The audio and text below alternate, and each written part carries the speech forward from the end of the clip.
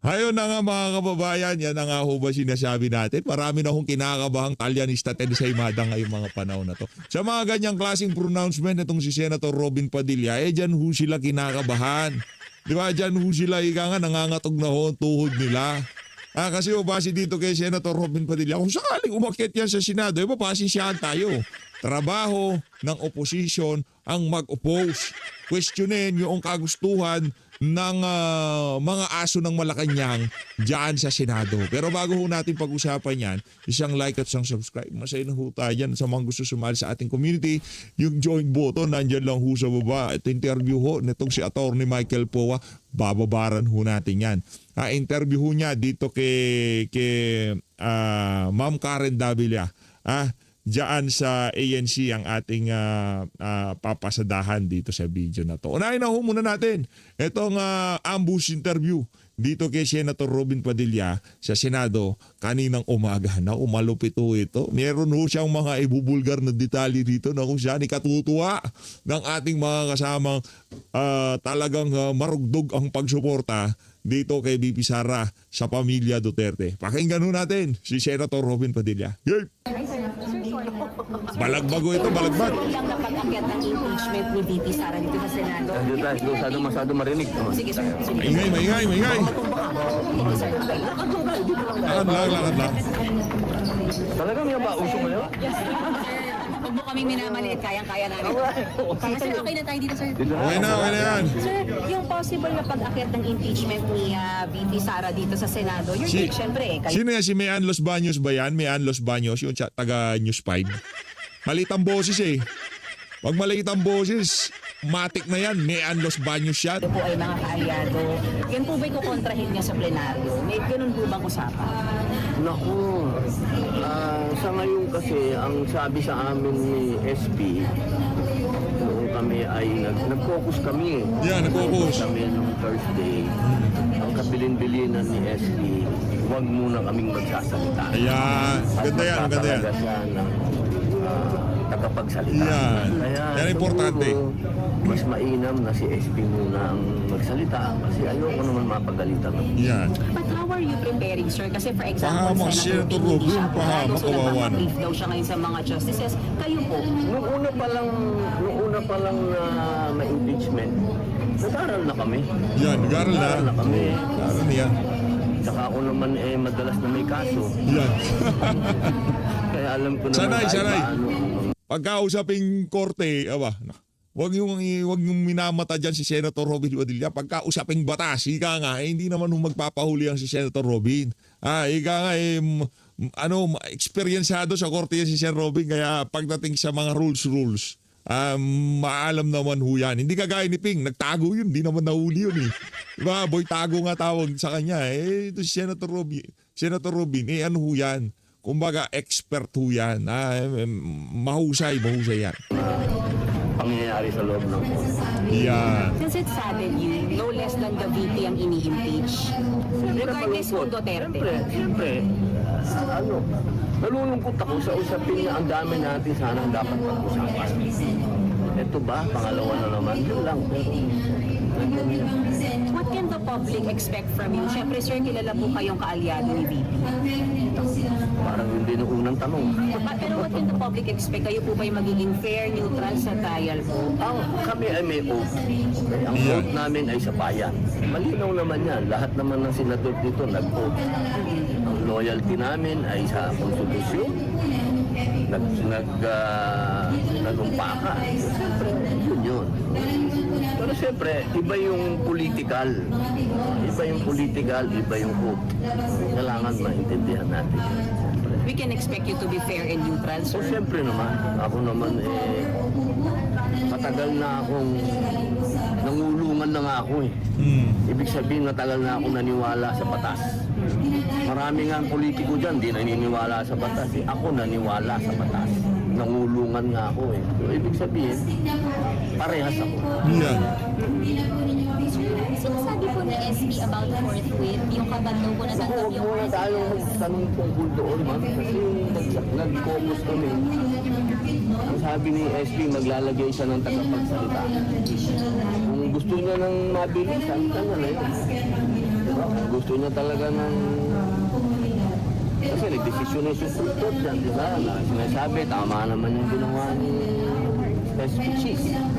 So siguro, desisyon kasi ni SP Cheese yun. Ngayon, kung ano naman ang desisyon ni SP Soto, tama din siguro. Sir, hindi mo kayo mag-o-oppose kung sakaling Wala akong... Hindi yun ng...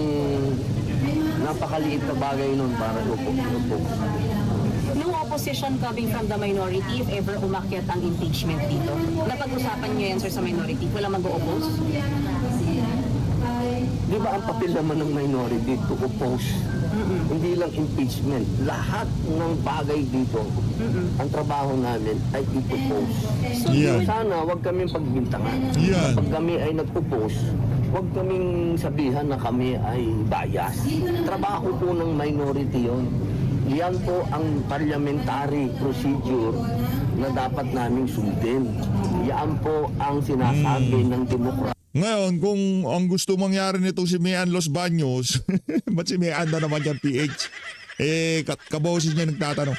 Ngayon, kung ang gusto mangyari nito si Mian Los Baños, uuhan lang ng minority lahat ng gustong mangyari, ay ng minority lahat ng gustong mangyari ng majority, aba, parang meron ho atang mali doon. Ano natawa, kaya nga nasa minority sila kasi kinokontra nila ang majority. Ngayon, kung ang majority talagang gumugusto na ma-impeach si BP Sara, automatic na yun, yung mga minority, ang dedepensa kay BP. Hindi, wag na dumipensa, yung minority, ang ika nga mag-scrutinize sa lahat ng gagawin ng majority, ganun yun. Pero hindi sila bias. Kumbaga, kumbaga, yun ang kanilang, kung tawagin diyan sa bulwagan na yan, o sa ating pamahalaan, sa gobyerno, di ba? Check and balance. Kunyari lang. Kunyari meron tayong check and balance. Pambira, oo. Kunwari lang, kayo naman. Ay, mabiro. So you will oppose the convening of the impeachment court? Natural lang yun. Natural na yun. Yun ang parlamentaryong kayo naman, tagal yun na dito. Basta minority yan ang papel. You're just doing your job. You're just doing your job. Sir, isa na lang. Sir, sabi niyo dati pag nagka-impeachment, gusto niyo ang SP pro-Sara. May ganun pa ba? Is it still what you feel right now? Siyempre, yun ang mga political naman. Hindi naman yun pagiging senador. Political yun. Siyempre, wala tayo wala kami. Meron ho atang inuubo dun sa mga nag-i-interview kay Sen. Robin. Sama na yung ubo no? Narinig niyo ba? Pambihira. So walang... Ang katotohanan ng SP ay si SP Soto. Ano ang gagawin namin? Walang usapan ng walang usapan ni Kuko siya. Hindi man ako sumasali sa kung bata-bata ko pa. Bago lang ako dito sa Senado. Okay. Sir, thank you so much. Thank you po. Thank you, Sir Robin, ha? Oh, sino next? Oh, si Jinggoy. Ayan. Yan, Jinggoy. How are you preparing lang, sir? Magaling na tayo dyan. Sabi mo, Sen. Jinggoy, anong kunang kalakaran dyan? Kung dati 50 million, siguro ngayon 500 million ang bigayan dyan. Hindi, joke lang. Laki naman. Di mo natin alam. Kasi kay Corona, ano ho yun, 50 million ang pinagulong dyan sa Senado para makonvict yan si Corona. Tanongin na, baka alam nitong si Sen. Jinggoy. Di ko alam na alam niya. Alam mo ba yan, Sen. Jinggoy? Pero meron ng umamin, di ba? Si Pinky yata ang umamin doon na meron talagang 50 million kada senador na boboto para sa conviction ni Corona. Yun eh. Si Jinggoy galing na siya doon.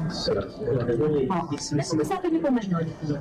Possible na Kaya nagpagayat na nag-JGP kasi sumunod yung sabi ng bago. Sir, sabi ni Sen. Robin, may possibility na harangin daw ng taga-minority yung pagpundi ng impeachment court. May ganun bang napag-usapan? So if umakyat, sir, yung articles of impeachment, walang problema sa inyo if mag-convene ang impeachment court. Mukhang stress ata itong si Senator Jinggoy Kita ko sa kanyang nagaglumihanan yung mukha niya eh. Diba? Malungkot naman. Ano nangyari sa Jinggoy? Kung mag-alala, ako dito sa PH Update, kami dito sa PH Update, naniniwala karamihan ng kinahaharap mo ngayong mga panahon na to, dahil yan sa politika. Diba? Ano ba magiging boto mo? Baka tinanggal mo na sa lawal mo, kaya talagang tinitira ka ngayong mga panahon na to. Dapat kasi, kunwari gumugusto ka sa impeachment ni VP Sara. Tapos doon sa pinakahuli, laruin nyo yung larong ginagawa ng mga siraulo sa House of Representatives. Diba? Bumabanat itong si itong si Rufus Rodriguez, di ba bumabanat? Yung tipong anti-impeachment siya, tapos maya-maya boboto siya in favor sa impeachment ni VP Sara. Ganon gawin nyo. Kunyari, banat kayo kay VP Sara. Pag natapos ang magbobotohan na, ikakasya nyo yung mga boto nyo, sabihin nyo, hindi nyo i-convict si Basman. Hira. Galawang si Raulo, no? Yung appeal din po kay SP, sabi po ni SP, kapag daw makita articles, the following day, magpo-convene ang impeachment. Possible, but of course, madadali pa lang sa almost ang both parties. The defense and Bago yung trial mismo. How do you feel, sir, about this? Ang daming dapat ako, ayoko na sana magulo na masyado ang bansa natin, masyado tayo maraming problema. Kung sana, ako, I have said it time and again, kayo man impeachment. But, since mo Ayaw ng impeachment ni Senator Jingo Estrada. Palakpakan. Nako, parang nakikita ko na nanginginita ko na kung anong magiging komposisyon ng mga magiging buto-butuhan dyan sa Senado pagdating dito sa impeachment at pambihira. Dapat siya, wala tayong wala. what can the people expect from you, sir? Neutrality and fairness, sir. I will base my decision on Jesus Federal's position. Thank you, sir.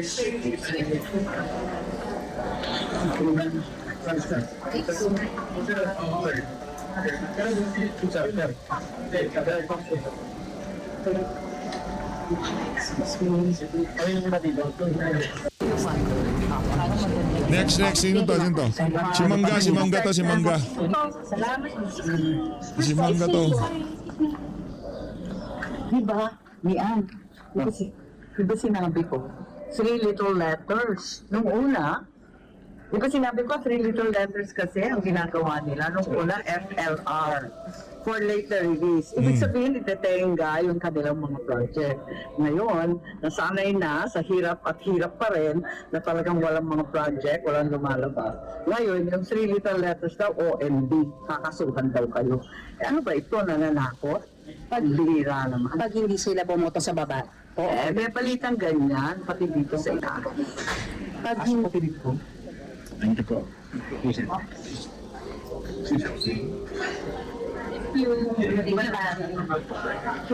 Salamat.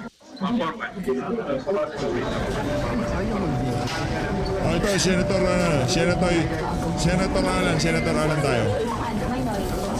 Mainam tong video na to mainam tong video na to ng mga taga mainstream media. Hindi dahil kulang kami.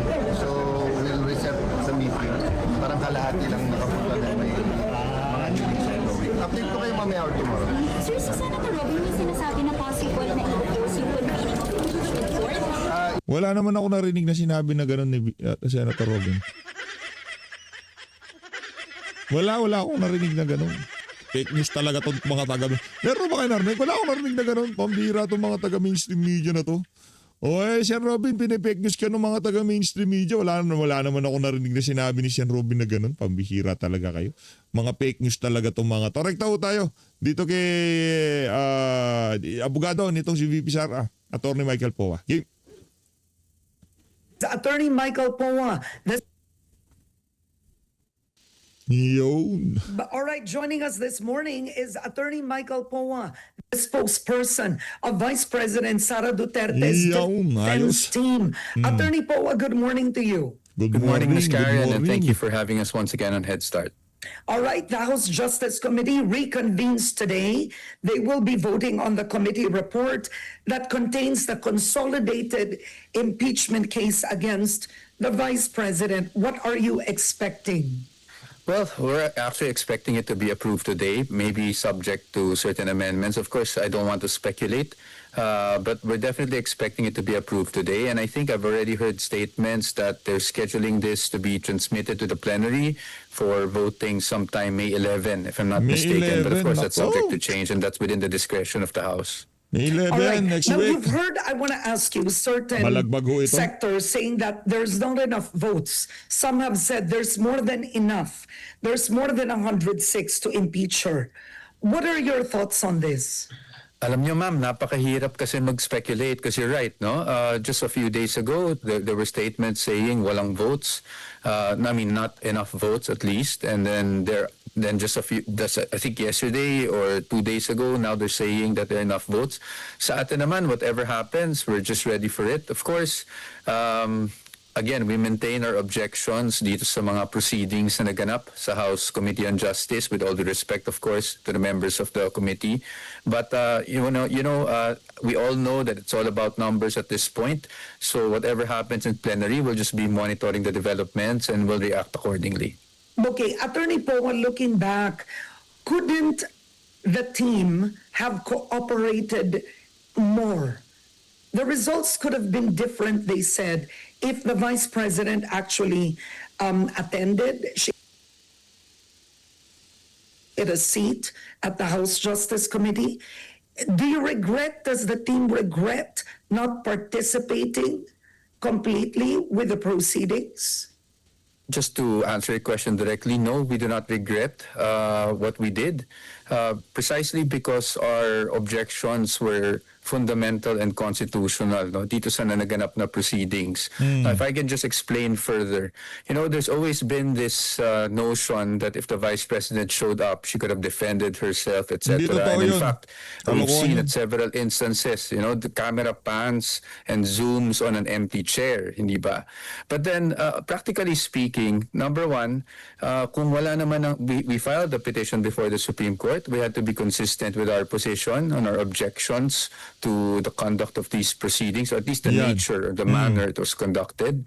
Secondly, ngayon, let's say we were to participate, even as just a defense team, di naman kami Yun. makapag-participate dun kung wala ang respondent, hindi rin naman kami makapag-test ng credibility through cross-examination dun sa mga witnesses na present. Thirdly, and I think that this is another important point that we haven't really discussed fully.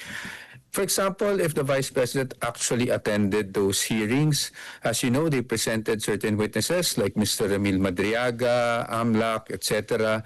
We were never given advance copies of those reports or presentations, or even the supplemental affidavit of Mr. Madriaga.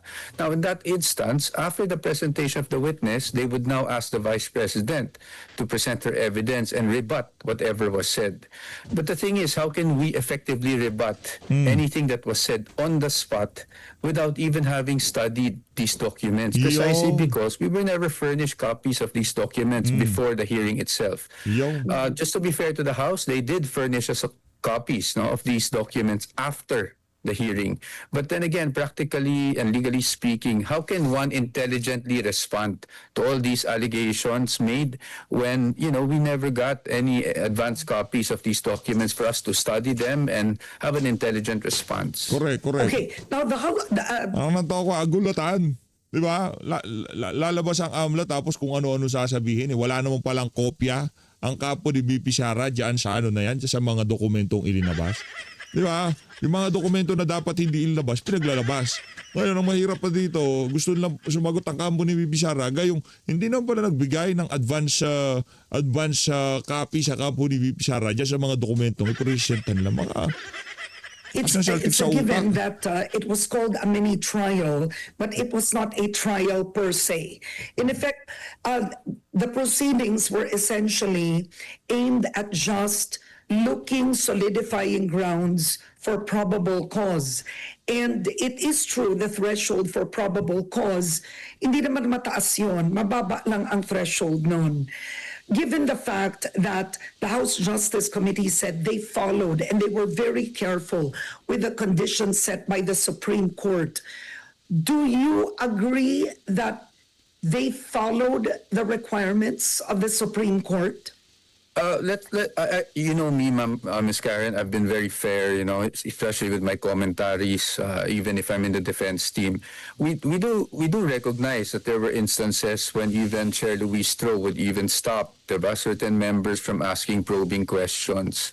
But our problem really here is more on the complaints themselves, diba? Kasi yung complaints, and aminin natin, walang naka-attach doon ng mga documents. So for Yan. example, their claim on the SALN and the ill-gotten wealth, walang naka-attach. And our position is if we were to determine probable cause, no, normally, dapat ang naging evaluation is on the complaint, allegations therein, plus the pieces of evidence that were attached. But here, obviously, these documents were not attached, and these documents were obtained through compulsory processes not by the complainants but by the Committee on Justice itself. No, sila yung nagsubpoena for these documents, and when these documents came in, 'di ba? Hindi na kasi galing sa complainant 'yon. That was even after the fact that we have And filed you our find action. you find that questionable in nature because the characteristic of the House Justice Committee is essentially prosecutorial, right? In fact, even if it's meant to be a fair proceeding, their character is prosecutorial because they might be the prosecutors once this get to the Senate. Diba? Parang mali ba yun na sila ang nagsabina ng ebidensya? Para sa amin po, number one, let's also recognize that under their rules, they do have compulsory power, no, to issue these subpoenas. However, our position is, since sila na rin nagsabi, clarificatory yung nature ng mga hearings na ito, sana man lang yung mga pinanggalingan ng subpoena ay based on already evidence or pieces of evidence that were attached to the complaints. Iba kasi yung walang naka-attach, Yan. so then it makes you question, ano yung naging basihan ng mga allegations kung wala mang kopya ng kahit anong dokumento ang naka-attach dito. Secondly, these were again subpoenaed only after we have filed our answer and after the complainants have waived their opportunity to file a reply. Usually kasi wala namang problema mag-introduce ng additional documents ang complainants. That's why sa preliminary investigation, for example, may filing ng complaint, diba? And then we file our counter affidavit and then they can file the reply and even strengthen their case.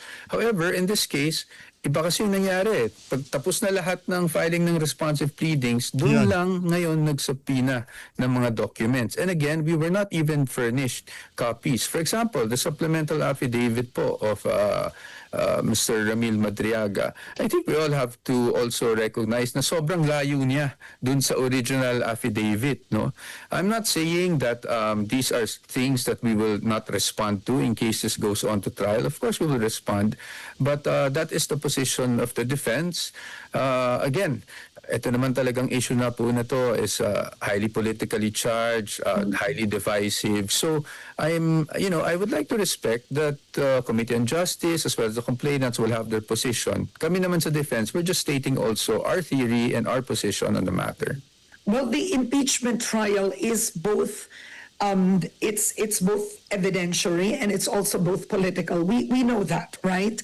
Okay. So I'm sure you've studied past impeachment cases, right? The late Chief Justice Renato Corona essentially was convicted, and what was discovered in the trial was his 200 million peso or more. I'm not sure if it reached 600, but I remember 200 million pesos in a bank account that was then, he was questioned why it was not declared in his SALN. So there are pieces of evidence that come to light when it already reaches the trial. Yes. What was wrong, essentially, you felt? What was lacking in what was submitted to the House? Because it was quite detailed, many people felt. Opo. Number one, ang posisyon naman po namin dito is, again, what was quite detailed was procured not by the complainants but by the Committee on Justice. And for us, the function of the Committee on Justice is really to determine probable cause. And again, you're correct in saying that the threshold naman po is not that high in terms of probable cause. But sa atin, when you evaluate if a complaint Thus, if you can find probable cause in the complaint that was filed, you have to evaluate the complaint itself. It cannot be the Committee on Justice doing the job for the complainants to actually procure all these pieces of evidence. Ibang usapan kasi po pag nasa trial eh. Why? Because sa trial, we recognize even the bank secrecy law, the bank exception is cases of impeachment. So that can actually be subpoenaed in trial, no? However, that being the case, in trial, we at least have the opportunity to cross-examine and test the credibility of these witnesses. Now, if you have a certain, for example, again, and I'm sorry I have to keep on mentioning his name, but Mr. Ramil Madriaga, who presented a supplemental affidavit, and in that instance, we could not have even had the opportunity to test the credibility. In fact, even congressmen who wanted to ask and test the credibility were sort of, prevented from doing so only because they also wanted to be careful about asking probing questions. Pero halimbawa kung ito'y nasa piskalya, ibalik natin doon kasi ito yung model eh. Can you test the credibility of a possible witness sa piskalya pala? Opo, well, to be honest, kahit sa piskalya, yung mga abogado, hindi rin naman talaga pwede magtanong ng questions. We can only Kumbaga walang submit questions. pagkakaiba. Ang pagkakaiba po sa piskalya, hindi naman si piskal yung mismong kumukuha ng ebidensya na wala doon in the first place. Diba? At yung mismong piskal ang dumidispatcha doon sa mga polluted na witness na hinaharap nila. Di ba? Yun eh. Pwede silang magkaroon ng clarificatory hearing, that's true. They can also perhaps, based on the evidence, for example, kung may pinakita naman doon na SALN pero hindi certified true copy, wala namang masama if the fiscal would then procure the certified true copy through subpoena or compulsory process. Pero sa amin po talaga kasi ma'am, ang posisyon namin is dito, walang naka-attach at all eh. All they attach were PSA certifications, the committee report on the Committee on Good Government. So we think that at some point, and again, this is, of course, we agree this is subject to debate, no? But at least for the position of the defense, dapat kasi talaga yung complainant, bago ka nag-file ng complaint, meron ka ng basihan, di ba? And meron ka ng ebidensya. Kasi kung hindi, anyone can just file a complaint. And then politically, if the committee would allow, then the committee will be the ones procuring all these pieces of evidence through their compulsory processes. That's why even in our petition before the Supreme Court, we are actually questioning Section 7 of the rules of impeachment of the House also in terms of the extent of the use of compulsory processes. But what do you make of the fact that the Supreme Court this time did not respond, right, in the manner that you would have wished? The Supreme Court did not issue a temporary restraining order. In other words, the House Committee considered it as a win.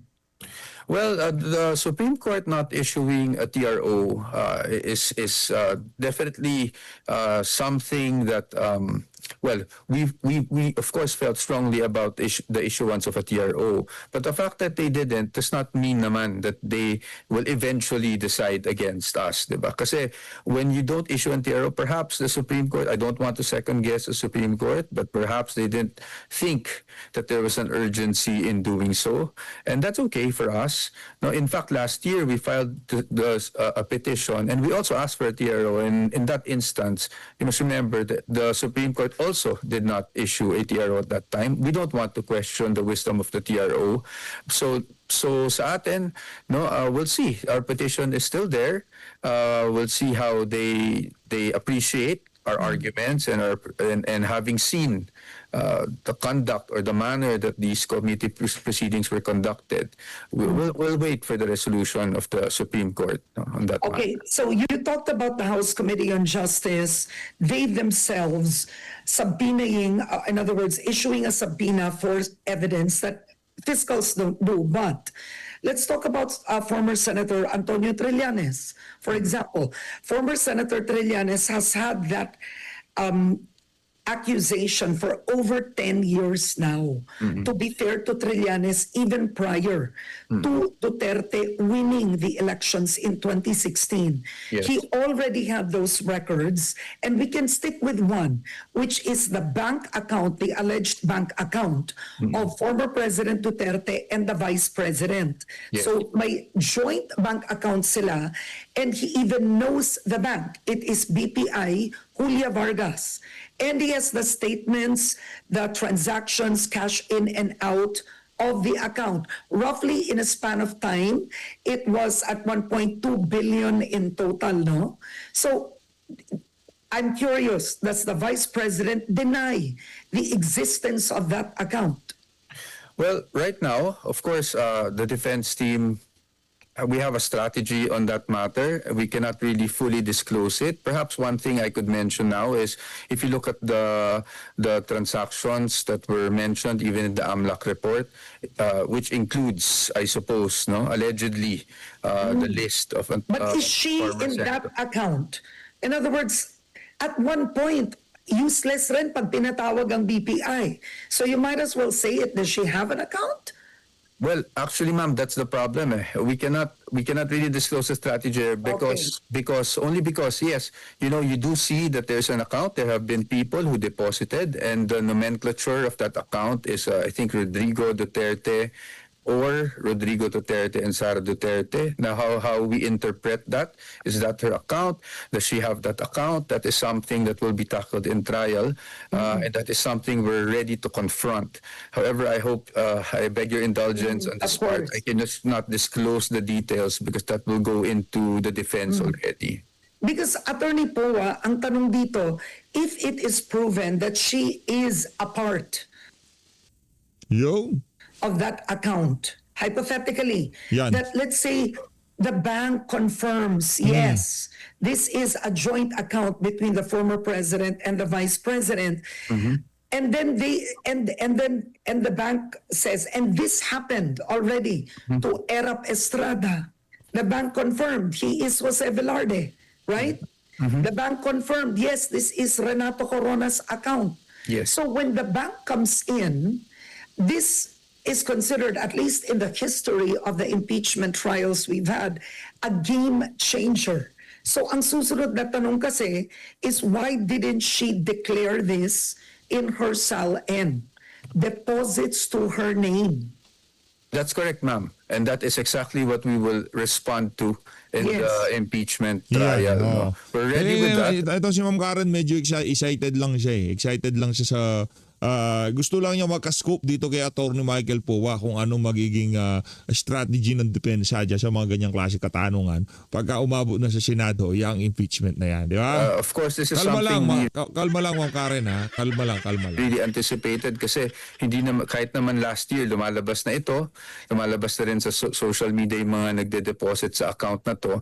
So you're right, that will probably be a question. In fact, that will certainly be a question, no?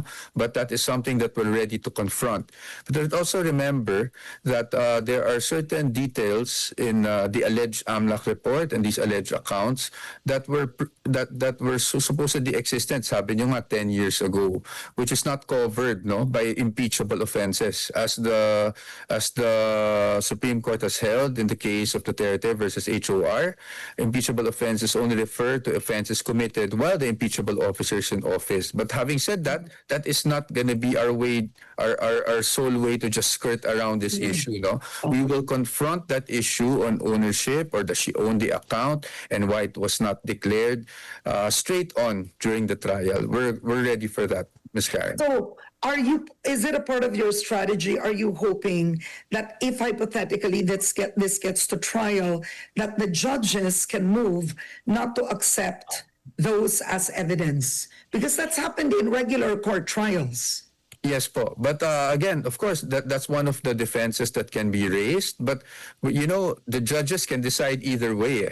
So if of course we can raise the fact that they should not accept these because these are outside what is defined by the Supreme Court as impeachable offenses. But again, we have to anticipate everything. And even if the judges were to decide the other way, we are ready to confront that straight on, as I've mentioned. No? At least with the existence, with ownership, and all of these things in relation to these accounts. Okay, now at one point you did say the reason that the vice president had no cash on hand in her SAL-N was it was under others, okay? So the SAL-N, if we look at recent history, the SAL-N has removed people from office. I mean, Chief Justice Sereno if you look at that, she just did not file her SALN. Wala pang alleged corruption yun, ha? She just didn't file her SALN during the time that she was a UP professor, I believe for 1 year. Opo. And she was removed as Chief Justice. Opo. Si Renato Corona naman, they did not find the cash that was in his accounts declared in the Pero hindi binabanggit nito si Ma'am Karen Davila, nagpakawala sila ng napakaraming pera para ma-impeach itong si Renato Corona.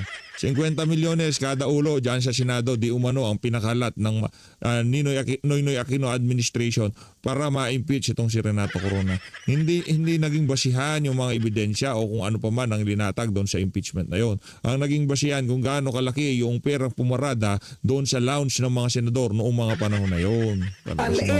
Karen Davila. How could you actually justify that the cash is in others? How do you justify that when the SALN is so clear with where you put certain assets and liabilities? Okay. First of all, I'd like to make a distinction, ma'am. Dun sa cases ni CJ Sereno and of course the late former CJ Corona. I think the issue there was even because if the SALNs were not filed or there was something wrong with them prior to their assumption as Supreme Court Justice or Chief Justice is because of the qualification of probity, integrity, and all that is a qualification to be a justice. Here naman, it's very different, no? Because we're talking about the Vice President, walang ganyang qualifications. But I would rather answer your question straight on also. Pagdating po, ang nangyari po Magaling kasi to siya, dito, Tony po. and this was done with consultation, of course, from our client because 2019 yung unang nag-iba, no? Nilagay ito under other personal properties to be quite accurate of how it was written.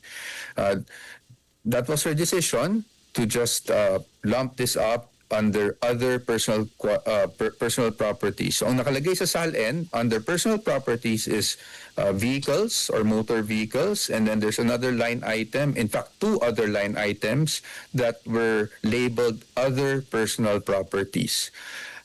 Marami nagsasabi na nagpapalusot lang daw kami and all that. To be honest, you know me, I just tell you straight what the facts are. Yan naman talaga yung nakasulat sa SALN, and based on our conversation with their client, it was really just lumped there. No? In our position, if you read the omnibus guidelines ng CSC, But she did not put the actual amount. She put the amount. It was really the label of cash in bank. From cash in bank previously, she lumped it up to other personal properties. No, but under the omnibus guidelines, wala namang prohibition in our opinion. Of course, I'm sure the other side will have a different opinion, but in our position is wala namang prohibition to lump it up. No, but secondly, what's more important, and you mentioned it, the amount was indicated. And if the amount is indicated, there is no concealment as far as not disclosing assets are concerned. No, perhaps there is a debate on whether it should have been specifically labeled as cash in bank or okay lang ba yung other personal properties, but the amount was there and there was no concealment at all. That is our position, and that is the truth basically, that the amount was there. It's not like she said wala akong cash at all for this year. Yun, maliwanag pa ho sa sikat ng araw at mapapanood at makikita ho natin yung mga kontra-argumento o depensa ng mga abogado ni VP Sara pagka umakyat, yun yung keyword natin, pagka umakyat. Pero habang wala pang umakyat, napakalaking kalokohan na pagtatanungin ng depensa yung mga wala kapararakan tanong na yan. Ang dapat tanong lang dito kay Atty. Michael Powan, nakanda ba kayo sa posibleng pag-akyat sa Senado ng impeachment na yan? Maliban doon, wala na ho. Kumusta na si VP Sara? Kumakain ba siya na maayos ng mga palit? Ganun lang ang dapat mga tanong. Pero kung pag-uusapan natin depensa, wala pa nga eh. Paano sila didepensa? Di pa nga, wala pa nga sa Senado. Pag nasa Senado na, pagka in-interview nyo, doon nyo sila pagtatanong ng ganyan. Maraming salamat po. Mag-ingat po kayo lahat ng Pilipinas.